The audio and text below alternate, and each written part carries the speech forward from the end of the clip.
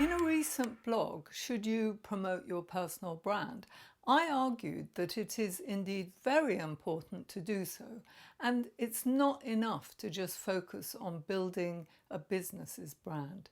You see, the world has changed, and nowadays the personal brand must be part and parcel of the promotional mix. Even if it's your intention to one day sell your business, it's a mistake to put all your efforts into simply promoting your business or product brand names. You see, people usually associate brands with companies and products. Consider household name brands like Apple. They have products which include the iPhone and Mac, among others. Or Microsoft, the company, has its products OneDrive, Outlook, Word, Excel, and more. It's easy to therefore assume that the focus should be purely on getting name recognition for the company and product brands. However, both these companies also have dominant personal brands associated with them. Steve Jobs, now replaced with Tim Cook, and Bill Gates, now supplemented by Satya Nadella. While individuals come with their own personal styles and approaches, business brands have to be specifically created to have a personality and comprehensive messages. The business needs to stand for something and hold out a promise. Branding actively creates the business you want to be known for and the perception that you hope consumers will have when coming into contact with your company, product, or service. A business or product brand is essentially comprised of names, logos, any icons, slogans, copy, and other collateral.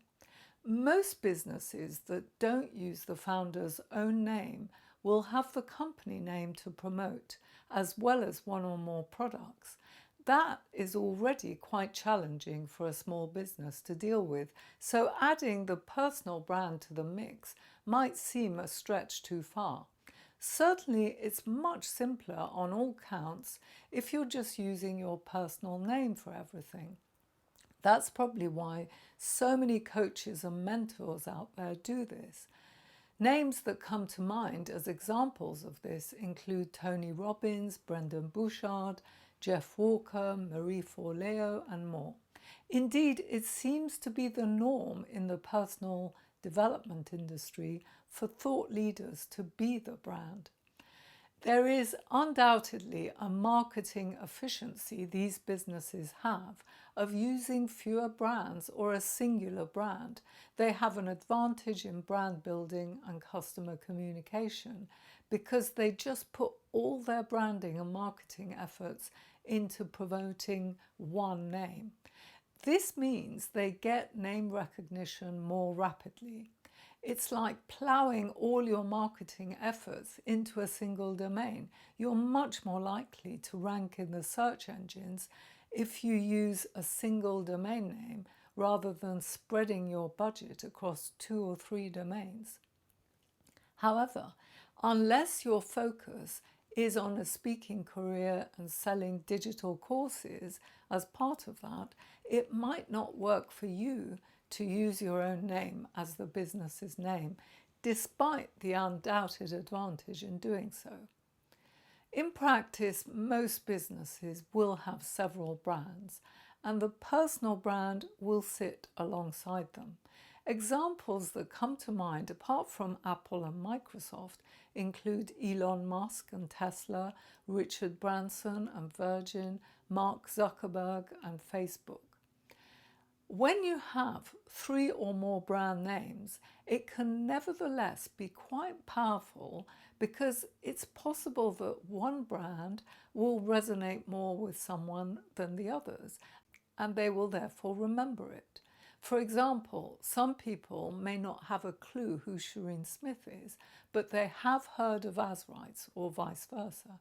Similarly, if people hear the podcast or come across the brand-tuned branding product, they may not be aware that brand-tuned is a product that belongs to Azrites. As Chrissy Lightfoot discussed in the recent podcast interview over on BrandTuned, having 3 brands, your company, product or book title and the person, provides a powerful triage of brands for people to come across. Many corporates or blue chip companies will probably feature in the news or other publications. Other corporates, seeing their names in publications, might recognize that the company has a strong brand that's known for a specific product or services. Or it may be that your business brand comes up prominently in search engines for specific products and services and carries weight that searchers looking for a business to consult may pay attention to. Most members of the public won't have a clue about the companies that are written about or that appear in the search engines because they may not be reading those publications or media or searching for a particular solution. They may not really care about a company brand, but they will have seen some person from that company online, on LinkedIn or wherever they hang out. And they've got to know the person. So there's a strong personal brand there because there's a personal presence. Or some people might have a third-party recommendation when they're playing on Facebook one day, for example, and seeing somebody recommend a book that they're reading, such as Legally Branded, and won't have heard of Asrights, the company, but they'll have remembered the name of the book.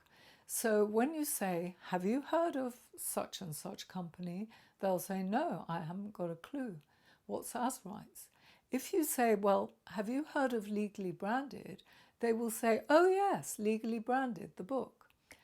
These different ways in which people can come across your brand mean that you might be recommended or remembered in a variety of different ways.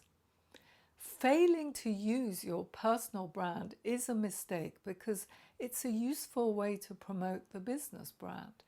However, it's undoubtedly a mammoth task to try to promote 3 or more brands on social media platforms and with their own websites. So you need to be very strategic to use your resources to best effect. Through my own experience of working this out, I believe that on platforms such as LinkedIn, where people are essentially looking to connect with others rather than with companies, it makes sense to focus on your personal brand. Indeed, on most of the social media platforms, people will be wanting to follow other people rather than logos.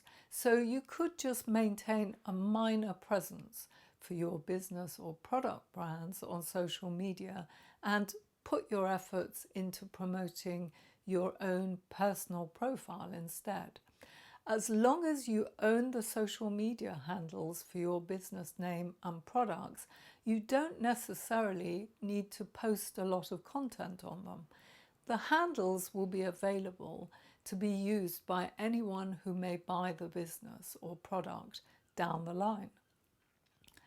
Whether you should have a personal business and product Facebook page or a YouTube channel for all of these and websites is something you will need to think through as part of your strategy.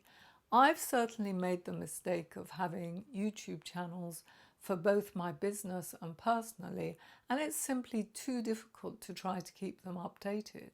However, now that I have them, they'll stay. But it's not necessarily how I would have dealt with it strategically based on my current aspirations for the business.